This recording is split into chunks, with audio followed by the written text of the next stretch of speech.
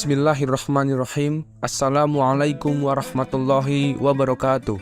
Sahabat-sahabat semuanya, kali ini saya akan membahas tentang tradisi pendidikan Islam di Nusantara. Tradisi pendidikan Islam di Nusantara merupakan basis-basis penting dari proses islamisasi di Nusantara. Tradisi pendidikan Islam ini merupakan lembaga-lembaga ataupun institusi penting di tengah masyarakat Nusantara yang mengantarkan pendidikan dan pengajaran agama Islam di tengah-tengah masyarakat, sehingga Islam sangat mengakar dan sangat melekat di tengah masyarakat Nusantara. Pada kesempatan kali ini, setidaknya ada 4 tradisi pendidikan Islam di Nusantara yang akan kita bahas bersama-sama. Tradisi pendidikan Islam yang pertama yaitu menasah. Menasah diambil dari asal kata madrasah yang merupakan pusat-pusat pendidikan Islam yang dibangun di tiap-tiap gampong atau kampung di wilayah Aceh.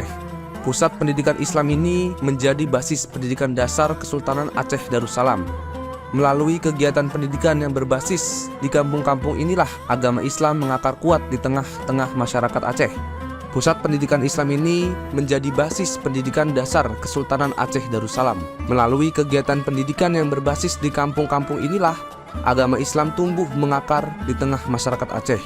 Menasah pada umumnya berada di tengah-tengah gampong dengan fungsi yang bukan hanya sebagai tempat belajar, namun juga dipakai untuk sholat berjamaah, tempat berkumpul para pemuda desa, tempat pertemuan, rapat-rapat, sarana diskusi dan penyaluran kebijakan pemerintah, sampai lapisan masyarakat yang paling bawah. Sedangkan masjid pada masa itu didirikan di tingkat mukim, yaitu kelompok masyarakat gabungan dari beberapa gampong. Biasanya, mukim ini dibentuk minimal terdiri dari 40 orang laki-laki dewasa, sehingga masjid menjadi tempat untuk mendirikan sholat Jumat. Menasah begitu melekat dengan gampong di Aceh, sebab menasah menjadi bangunan yang wajib ada di tiap-tiap gampong. Seringkali, menasah bahkan dianggap sebagai sinonim dari gampong itu sendiri. Menasah biasanya diikuti oleh anak laki-laki dan dipimpin oleh seorang tengku menasah. Sedangkan untuk pendidikan anak perempuan dipimpin oleh seorang tengku inong dan dilakukan di rumah, sehingga ada juga sebutan tengku di rumah. Seorang tengku juga merupakan seseorang yang memiliki posisi yang penting dalam sebuah gampong. Ia termasuk dalam pimpinan gampong yang bertugas sebagai pemimpin atau kepala dalam urusan peribadatan dan urusan sosial. Pendidikan menasah biasanya diikuti ketika anak-anak beranjak usia 6 tahun. Meskipun tak ada batasan jenjang waktu pendidikan, namun umumnya pendidikan ini berlangsung 2-10 tahun. Pengajaran dilakukan pada malam hari, dibuka dengan belajar membaca Al-Quran. Pengajaran ini dimulai dengan mengeja huruf-huruf hijaiyah, membaca serta menghafalkan surat-surat pendek hingga mempelajari ilmu tajwid. Selain itu, pendidikan ini mengajarkan mengenai ilmu-ilmu pokok dalam agama Islam, di antaranya rukun iman, rukun Islam, akidah, rukun-rukun ibadah, hingga dididik dengan akhlak, adab, dan tata krama dalam masyarakat Aceh. Metode pengajaran dilakukan dengan model halakoh dan sorogan. Halakoh dilakukan dengan posisi murid yang mengelilingi seorang tengku yang duduk di tengah. Sedangkan metode sorogan dilakukan dengan secara satu persatu murid duduk berhadapan dengan seorang tengku. Tradisi pendidikan Islam kedua yaitu Dayah. Dayah merupakan lembaga pendidikan Islam tertua di Aceh. Lembaga ini sudah eksis sejak masa Sultan Malik As-Saleh. Seperti yang disebut dalam sejumlah sumber sejarah maupun literatur, Aceh memang tumbuh menjadi pusat studi Islam di Asia Tenggara. Ibnu Battuta menuturkan bahwa Sultan memainkan peran sentral dalam menghidupkan tradisi pendidikan Islam. Lembaga pendidikan Islam Dayah memberi sumbangan penting pada laju perkembangan ilmu dalam masyarakat Aceh. Kegiatan pembelajaran dilakukan melalui masjid-masjid dengan membentuk kelompok belajar yang disebut dengan halakoh. Bentuk pendidikan dan pengajaran ini diambil dari tradisi yang diwariskan sejak zaman Rasulullah SAW yang dikenal dengan zawiyah. Tradisi ini dilestarikan oleh generasi-generasi selanjutnya di pusat-pusat pendidikan Islam. Dayah sendiri merupakan nama dalam pelafalan masyarakat Aceh yang diambil dari nama zawiyah. Pada masa Kesultanan Aceh, Dayah menawarkan 3 tingkatan pendidikan, yaitu rangkang atau junior, balai atau senior, dan Dayah Manyang atau institut. Dalam tingkatan ini, Ada dayah yang memiliki rangkang dan balai, namun ada pula yang hanya berupa dayah manyang saja.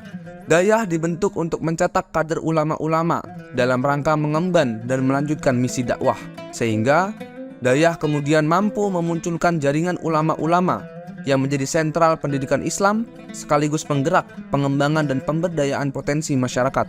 Dayah berdiri di tingkat nangro atau di daerah tempat ulama besar berdomisili, sehingga sejumlah murid tak jarang merupakan seorang perantauan yang harus pergi jauh dari rumah demi menuntut ilmu.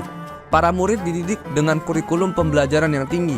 Ilmu yang dipelajari lebih mendalam dan kompleks menggunakan literatur berbahasa Arab. Beberapa mata pelajaran tersebut diantaranya ialah fikih muamalat, tauhid, tasawuf, akhlak, sejarah, ilmu bumi, ilmu mantik, ilmu falak, ilmu tata negara, serta bahasa Arab. Metode pengajaran yang digunakan merujuk pada metode yang dicontohkan oleh Rasulullah SAW, yaitu talaqi dan bersanad. Metode ini dimaksudkan untuk memelihara keaslian ilmu dan makna dari ilmu yang dipelajari. Di samping itu, dikenal pula metode mukhabarah, yaitu diskusi untuk membincangkan masalah keagamaan, baik di antara sesama kiai atau tengku, atau tenaga pengajar, atau sesama peserta didik yang sudah tinggi pemahaman ilmunya. Pendidikan dayah tentunya menyiapkan murid yang memiliki pengetahuan mendalam tentang ilmu agama Islam, atau bertafaquh fiddin dengan bekal akhlak yang mulia. Hal ini selaras dengan ikhtiar pendidikan Islam yang bertujuan untuk mencetak manusia berakhlak mulia dan sebagai tempat pengkaderan pengembangan masyarakat di berbagai sektor. Tradisi pendidikan Islam di Nusantara yang ketiga ialah surau. Surau dikenal sebagai pusat pendidikan dan pengajaran Islam masyarakat di Minangkabau. Surau dikenal sebagai pusat pendidikan dan pengajaran Islam dalam masyarakat Minangkabau.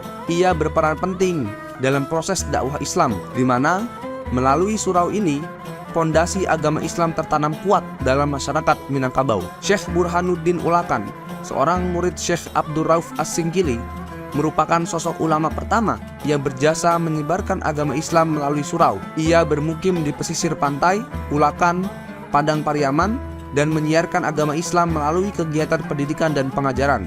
Selain sebagai pusat pendidikan dan pengajaran, surau juga menempati fungsi sosio-kultural di tengah masyarakat Minangkabau. Surau menjadi tempat berkumpul, bermusyawarah, dan kegiatan para pemuda serta anak-anak. Pendidikan surau dimulai dengan pengajaran kepada anak-anak. Di sini, anak-anak dibekali ilmu agama dengan belajar membaca Al-Quran dan pengenalan dasar-dasar keislaman seperti rukun iman, rukun Islam, hingga amalan-amalan dalam syariat Islam. Untuk tingkatan selanjutnya, pendidikan surau juga dilakukan dengan pengajaran kitab dan tarekat. Pada tingkat pengajaran kitab yang diajarkan adalah ilmu sorof, nahu, tafsir, fikih, dan ilmu-ilmu bahasa Arab. Setelah itu, pengajaran dilanjutkan pada pendidikan tarekat dengan mengaji ilmu-ilmu tasawuf.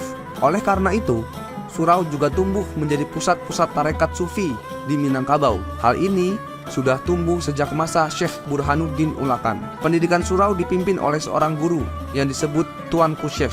Ia biasanya memberikan pelajaran kepada murid-murid senior, sedangkan murid-murid lainnya yang baru masuk diajarkan oleh seorang guru. Metode pembelajaran surau dilakukan menggunakan dua metode, yaitu metode sorogan dan juga metode halakoh. Selain itu, pembelajaran juga ditambah dengan metode ceramah. Tradisi pendidikan Islam yang ketiga yaitu pesantren. Pesantren, seperti halnya kita ketahui, merupakan pusat pendidikan dan pengajaran agama Islam. Dari pendidikan dan pengajaran inilah pesantren kemudian tumbuh menjadi basis kekuatan sosial dalam masyarakat. Sejarah mencatat, pesantren adalah lembaga yang menaruh peran besar dalam perubahan sosial masyarakat. Ia tumbuh menyatu di tengah-tengah lingkungan masyarakat dan menyebarkan dakwah Islam melalui pendidikan. Pesantren merupakan ujung tombak dakwah Islam. Bahkan, pendidikan adalah jalur utama proses islamisasi di Indonesia.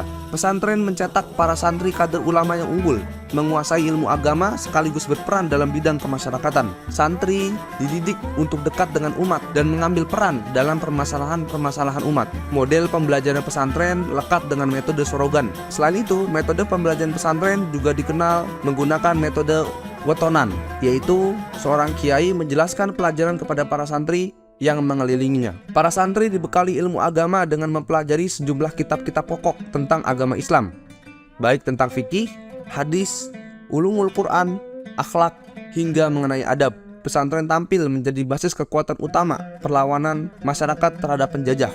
Hal ini terus berlangsung hingga menjelang kemerdekaan dan pada saat periode perang kemerdekaan. Para kiai dan para santri turut berjasa mengobarkan semangat rakyat melawan penjajah demi menegakkan kemerdekaan Indonesia.